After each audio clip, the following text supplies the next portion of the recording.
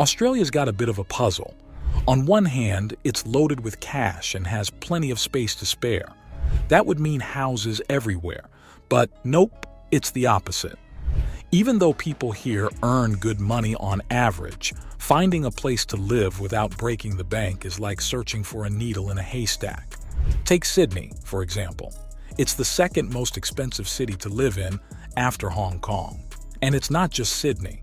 A few other Aussie cities are on the pricey list too. You might be wondering why this is happening. It's like Australia's stuck in a trap it made for itself. The way things are set up, it takes a lot of work to change course.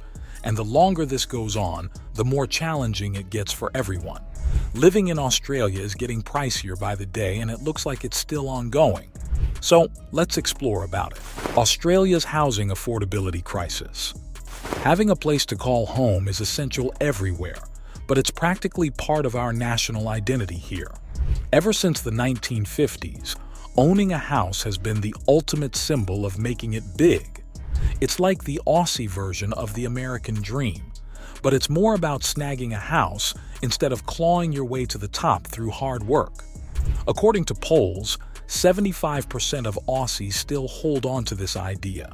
But here's the kicker. That dream is dead for most people. Let us explain why. In 1970, the average Aussie salary was about $4,200 a year, and you could nab a house in Sydney for around $18,700. So, saving up for your place meant squirreling away about 4.5 years' salary. Fast forward to today, and the average salary has shot up to $74,000 a year, which sounds fantastic. But the average house price in Sydney, it's skyrocketed to around $1.5 million. That's 80 times more than back in the day. So now, you'd need to save up your yearly salary for over 20 years to sniff at an average house. And by the time you've saved enough, that house has gone up in price again. And it's not just Sydney feeling the pinch. Major cities all over Australia are seeing similar trends now. Congratulations if you were lucky enough to repurchase property in the day and hold on to it. You've probably made a pretty penny because real estate has been a gold mine. But for everyone else, well, it's a different story. Even if you're earning a decent wage like $105,000 a year, you can only comfortably afford around 13% of homes on the market. And even if you can scrape together enough for a down payment, you're looking at a mortgage the size of Mount Everest. No wonder Aussie households are drowning in debt. Things have been getting pricier over the past few decades, but it's ramped up since 2000, especially in the last 5 years. Sydney's now the second most unaffordable city in the world, right behind Hong Kong. And 4 of Australia's largest cities, home to about 60% of the population, are all in the top 20. So, yeah, it's tough out there. On average, a household takes 10 years to save up for a 20% down payment on a house. But with house prices galloping ahead of incomes, it could take much longer than that. Or worse, some people might need more cash to make it happen. Australia's a vast land, but most people want to cram themselves into a handful of major cities. Nearly 90% of Aussies live in cities, with a hefty chunk squished into just a few big ones. And while you'd think we'd be all over building high-rises to fit everyone in, that's not quite the case. Instead of embracing density, we're stuck in this loop of sprawling suburban neighborhoods and single-family homes. But we can't build enough to keep up with demand. Melbourne, for instance, has sprawled out over an area 6 times larger than London, despite having about half the population. And to make matters worse, the demand keeps on growing. Immigration plays a big part in that. With hundreds of thousands of new faces arriving each year, the pressure on housing keeps ratcheting up. Australia's future hinges on maintaining high levels of immigration. It's what's kept our economy humming along nicely, dodging recessions left and right. But unless we start building like there's no tomorrow, we're in for a rough ride. We need to find a balance between supply and demand. That means either clamping down hard on immigration or building more homes. But the truth is that neither option seems likely. Restricting immigration would hamstring the economy, and nobody wants that. We must adopt high-density housing and curb this obsession with standalone houses. But Aussies still cling to that dream of a quarter-acre block with a picket fence. And until we change that mindset, we're stuck in this vicious cycle of unaffordable housing. The Aussie dream of owning a home is slipping away for most people, and unless we shake things up, it will only get worse. A comprehensive analysis. Government policies and initiatives play a pivotal role in addressing the housing crisis. Governments have implemented various measures to ease the burden on aspiring homeowners and renters. This includes initiatives such as first home buyer grants, which financially assist individuals looking to purchase their first property. Additionally, rent assistance programs support low-income individuals and families struggling to afford rental payments. Zoning regulations also come into play, as they can influence the availability and affordability of housing in different areas. By examining these policies and initiatives, we gain insight into the efforts to tackle the housing affordability challenge at a governmental level.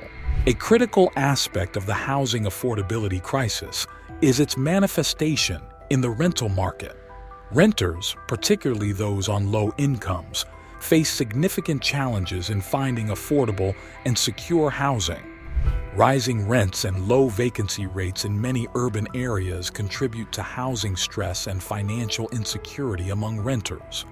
Additionally, tenants often need help with precarious lease arrangements, inadequate rental housing standards, and limited access to affordable rental properties. These challenges underscore the importance of addressing affordability issues for prospective homeowners and those reliant on the rental market for their housing needs. Addressing the housing affordability crisis requires a multifaceted approach, focusing on increasing housing supply. Simply put, there need to be more homes being built to keep pace with population growth and demand. To address this shortfall, policymakers and stakeholders must explore strategies to incentivize developers to build more affordable housing. This could involve offering subsidies or tax incentives to construct affordable housing developments. Streamlining planning and approval processes can also expedite new housing stock delivery, ensuring supply keeps up with demand.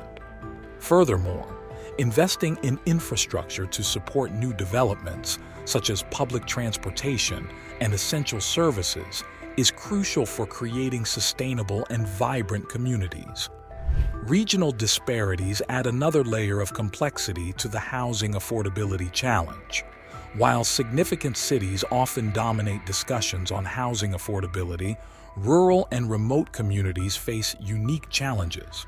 These areas may need more access to services, employment opportunities, and affordable housing options. Addressing regional disparities requires tailored solutions that account for different communities' specific needs and circumstances. This may involve initiatives to promote regional development, improve access to affordable housing in rural areas, and support local economies through targeted investment and infrastructure development. Environmental considerations are increasingly important in discussions around housing affordability and urban development. The traditional urban sprawl model, characterized by low-density suburban development, poses significant environmental challenges, including habitat loss, increased carbon emissions, and strain on natural resources. As such, there is growing recognition of the need for sustainable urban planning and development practices, prioritizing density, mixed land use, and environmental stewardship. By adopting these principles, cities can mitigate the environmental impact of urbanization while simultaneously addressing housing affordability concerns. Comparative analysis with other countries provides valuable insights into the housing affordability crisis and potential solutions. By examining international experiences, we can identify successful strategies and best practices that apply to the Australian context. Countries facing similar challenges may offer valuable lessons in housing policy, urban planning, and community engagement. Additionally, comparative analysis allows us to contextualize Australia's housing affordability issues within a global framework, highlighting common trends and unique challenges different countries face.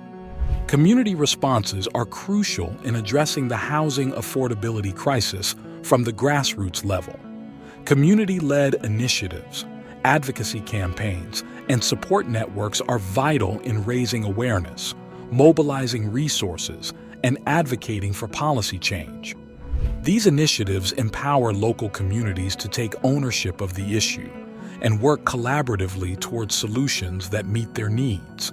By amplifying community voices and supporting grassroots efforts, we can foster greater resilience and solidarity in the face of the housing affordability challenge. Looking ahead, it's essential to consider the long-term outlook for housing affordability in Australia. While immediate interventions are necessary to address the current crisis, sustainable solutions must also consider the future. This includes addressing underlying structural factors such as housing supply constraints, population growth, and economic trends. Long-term planning and investment in affordable housing, urban infrastructure, and community development are essential for creating inclusive and resilient housing systems that can withstand future challenges. Thank you for taking the time to explore Australia's housing affordability crisis with us. If you found this discussion informative and insightful, don't forget to like the video and subscribe to our channel for more engaging content on pressing societal issues. Thanks for watching.